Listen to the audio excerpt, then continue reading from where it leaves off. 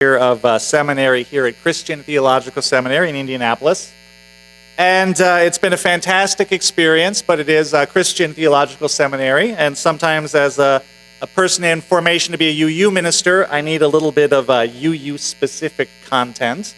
So this semester I've been taking a class out of a Methodist Theological School in Ohio, where they have what they're calling a House of UU Studies. I was founded by Dr. Susan Ritchie, formerly a professor at Starr King, which is the big UU seminary on the West Coast. And she wanted more of like a Midwest place that would be convenient for students like me to do distance learning. So I was very delighted to be able to take a class on UU history this semester with Dr. Ritchie, and it has been fantastic. But since this is a history of class, of course, there's like a big history paper that's due at the end. And when it came time to pick a topic, Susan said, I really want this to be useful to you in your ministry. So I told her, well, I'm serving a congregation that's about to celebrate its 40th year anniversary. UUI was founded by 93 individuals back in 1979. And so I told Dr. Ritchie it would be useful to me to write a history of my own church, of UUI. So over in the cottage, if you don't know, there are boxes and boxes and just umpteen dozens of folders containing all of the documents you could ever want from this church's history, right? Like board minutes, congregational meeting reports, Sunday bulletins, monthly newsletters, a bajillion photographs, all spanning the last 40 years. So it's been my privilege to be wading through all of these archives like a kid in a candy store, learning more and more and more about this congregation that I love and that I am privileged to serve. And it has been fascinating to see its history unfold in real time through these documents as the participants experienced it. To see how the church has learned and how the church has grown. See the values that have been at its core from day one. Of course, the people involved, some of whom are very much still involved in the life of this congregation, they didn't know they were making history, right? They were just living the life of the church. So when you study the history of an institution like this, you spend half of your time in the nursery and half of your time in the graveyard, right? Half the time you're going, oh, this is where this idea was born. Like, oh, look, they're buying the gray hymnals. Or, hey, they're creating the Beacon Fund. Good for them. And the other half of the time you're going, oh, we don't do that anymore. Like, whatever happened to the Fuller Fellowship? They seem so excited about it. Or, when was the last Madrigal dinner? Those looked fabulous, right? So the worship theme for this month is order and chaos. And I've had all these ideas about order and chaos bouncing around in my head all month. And as I'm doing my research and thinking about the life of this congregation, and today is the annual congregational meeting where the members of this church are actually going to get together and they're going to be making decisions that are going to help set the trajectory of this church for the next many years, right? They're going to decide on the future of this congregation. So I'm thinking about the course of its past and the possibilities for its future and the challenges of shepherding an institution like this when so much is unknown and so much is unpredictable in a world with so much of order and chaos. And I'm impressed and grateful for the wisdom and the good work of the people who have come before, who have really ably steered this congregation along. And I am mindful of the bumps in the road, that it has not always been an easy journey, and that at times it has surely been an unpredictable one, right? There have been seasons of order in the life of this congregation, and a few seasons when it seemed like chaos was getting the upper hand. But throughout, there are certain values and practices and core commitments that the church has returned to time and time again. And the visual image that came to my mind as I was thinking about order and chaos and the life of an institution and trajectories and all of this is something called the Lawrence butterfly. And I was a graduate student in math for a little while, if you didn't know, which is why I am about to inflict this upon you.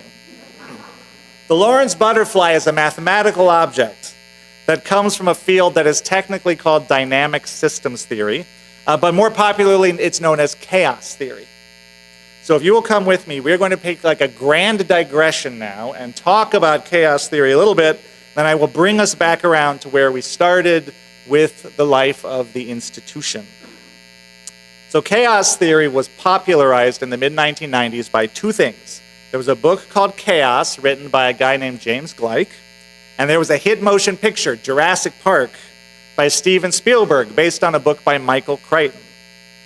Jurassic Park itself was a movie and a book that was really a meditation on the failure of institutions. It was about things falling apart. Right, in the movie, there's this grandiose theme park creator, owner. He decides he's going to build the greatest attraction the world has ever seen by recreating dinosaurs out of DNA, which he finds in like mosquito blood in amber. And he's going to rebuild all these dinosaurs and use them to make a combination dinosaur zoo and amusement park. And chaos theory, if you believe the movie, is the branch of mathematics that says if you build a combination dinosaur zoo and theme park, there is a 100% chance that a lawyer will be eaten by a T-Rex by the end of the first reel. 100%. And indeed, things go very badly at Jurassic Park. And it's not for lack of trying, right? The scientists and the engineers, the designers, the business people, the lawyers, everyone has put what they think are these elaborate, foolproof systems in place all over the place to create order, But all of these careful plans and all of these careful controls unravel with alarming speed when a single bad actor does an unexpected thing, because it turns out he has an HR grievance, of all things. And then 10 minutes later, a lawyer gets eaten and everyone's like looking over their shoulder for velociraptors. Which, if you've ever worked in corporate America, that probably just feels like Tuesday to you. And sometimes I'm sad to say that can also feel a little bit like church life, right? The best laid plans can go astray. People sometimes do surprising things. And communities that were formerly an oasis of peace and harmony can feel like they're a dinosaurs run amok. So now, in actuality, chaos theory is not actually the mathematics of dinosaur zoos. It's the study of certain kinds of dynamic systems, meaning systems that change and evolve over time, rather than just like repeating the same range of motion over and over and over again. So you think about the weather changes continuously in unpredictable ways. Now, it's not random. It's determined by the laws of physics, right? It's which laws we know, so it's cause and effect.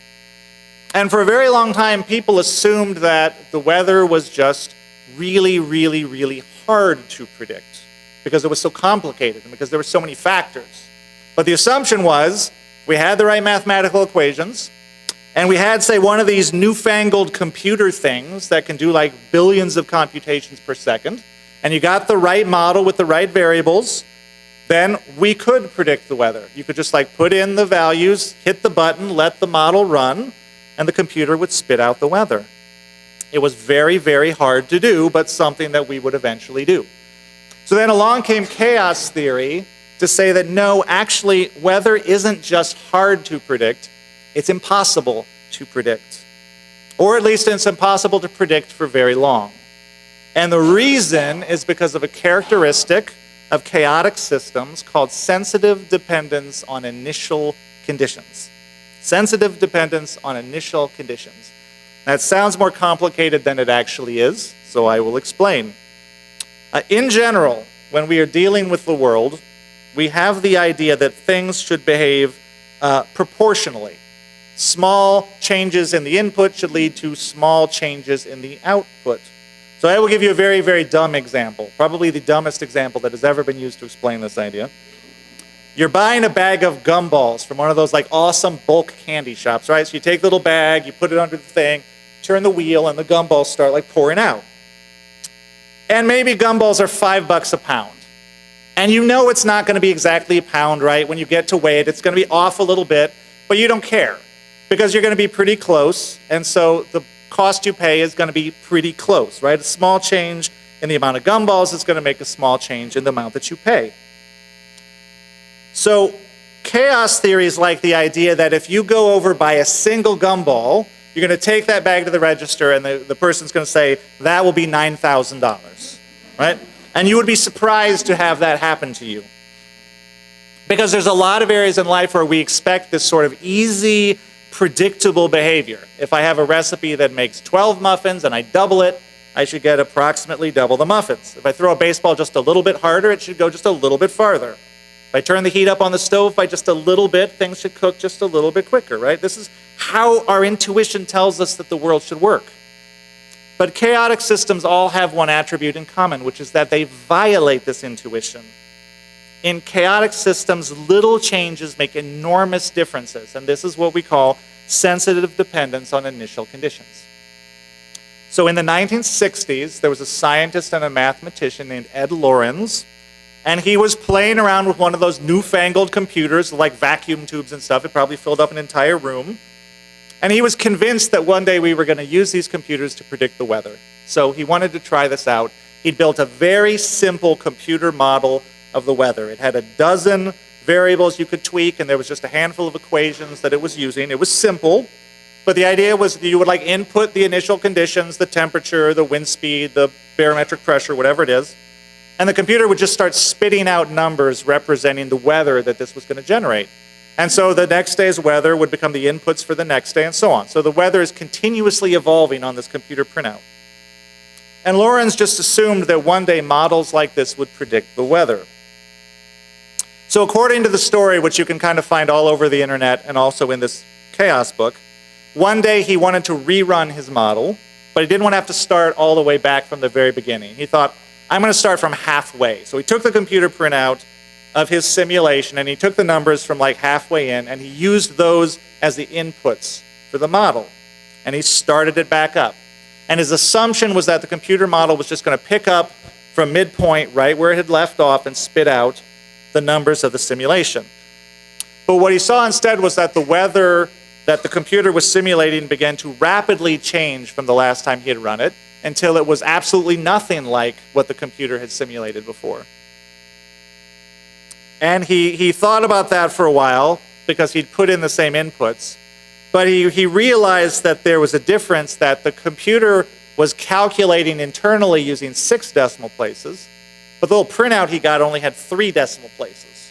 So for example, if he entered like 0.506 for a particular value, the actual value was like 0.506127, right? Like tiny difference.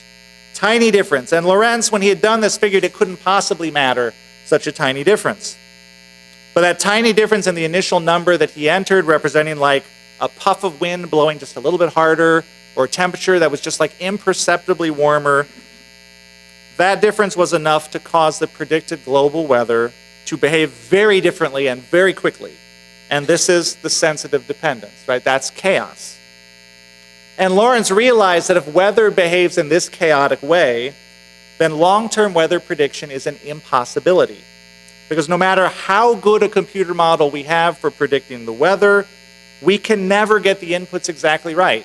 You can't measure something with infinite precision, and whatever tiny amount you get that measurement wrong, in a little bit, it's going to mess up your system. And this is what we see in weather forecasting today, right? We have fabulously powerful computers that model the weather using millions of variables, and they're really, really good at it for a couple of days, maybe for a week. And after that, forget about it. You're wasting your time. And Lorenz called this phenomenon the butterfly effect. It's the idea that a small local change, like a butterfly flapping its wings, moving the air just a little bit in one spot, just slightly, could have consequences that build up over time until they produce a shift in global weather patterns. It rains instead of being sunny in Texas. And chaos theory doesn't say weather is random. It's clearly not. It's controlled by physical laws. But it says the system is so sensitive to changes we can't ever predict it. And it turns out that there are more chaotic systems than not, right? Chaos is built into the universe. The weather, the stock market, a population of rabbits, these are all chaotic systems. A dripping faucet, the way honey spirals when it drips off of a spoon, which way that spiral is going to turn, that's a chaotic system. A pool ball bouncing around on a billiards table is a chaotic system. So is the moon's orbit, it turns out. It's just a very slow chaotic system, like millions of years instead of days. Chaos is everywhere to a certain degree. And because chaotic systems are inherently unpredictable and they don't repeat themselves, you cannot use what is going on today to say what is going to happen tomorrow. So chaos theory challenges our intuition about how the world works. We have an intuition that a small change in what we do should make a small difference in what happens. But that is not the case for many of the systems in our world. We have an intuition that simple systems should behave simply, but in fact, simple systems can behave with astonishing complexity. And we have an intuition that knowledge is power. And if we only had enough knowledge, if we had all of the facts and all of the information, we could predict anything and we could control anything. But it turns out that unpredictability is baked into the universe in a way that we didn't imagine. And so there are serious limits to our ability to control things. Now, Lorenz went on to show, however, that even within chaotic systems, these systems that never repeat, are totally unpredictable, there can be surprising order. And this is where the Lorenz butterfly comes in. The Lorenz butterfly is a curve that is generated by 3 mathematical equations. It's a chaotic curve, so its path is completely determined, but once you kick it off, it twists and turns and spirals around in ways that cannot be predicted. It never repeats itself. It never visits the same place twice. But it also has a very recognizable shape because the curve tends to stay close to certain regions in space. It is drawn back time and again to the same places on the map, just never quite in the same way. Mathematicians call these places on the map strange attractors, and they impose a degree of order on the chaotic system. So the end result is that the Lorenz butterfly, the curve, even though it is drawn differently every time, always ends up looking a little bit the same. Its behavior is locally unpredictable, but globally recognizable. So these are different examples of the Lorenz butterfly, that curve tracing out over time. Always different, but always a little bit the same.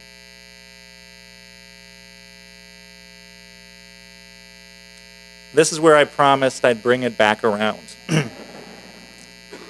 Institutions are inherently unpredictable systems.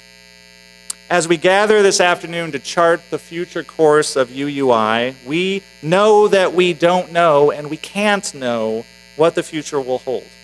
We only know that it won't look like the past.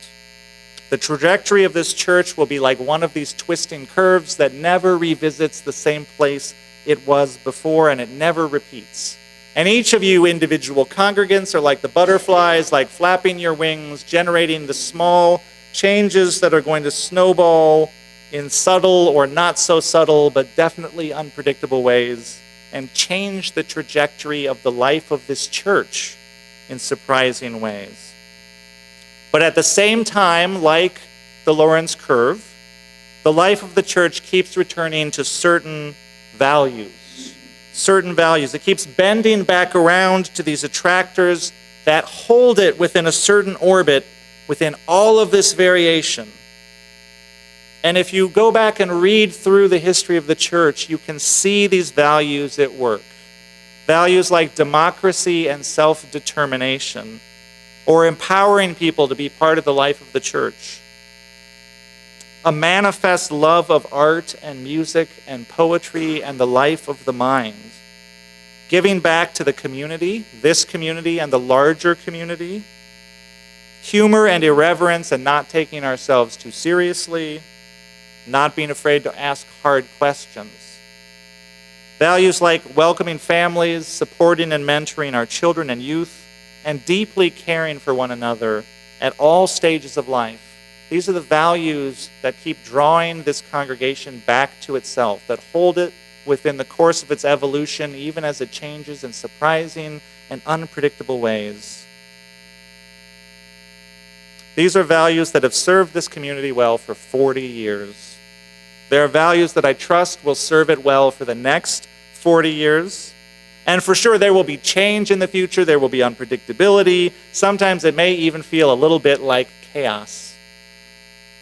But trust that you have laid the foundation for stability as well in a culture built out of countless acts of loving service, prudent stewardship, and good fellowship. in a culture that cares for one another. For all of this, let us be grateful, and let us look forward to a bright future. Blessed be, and amen.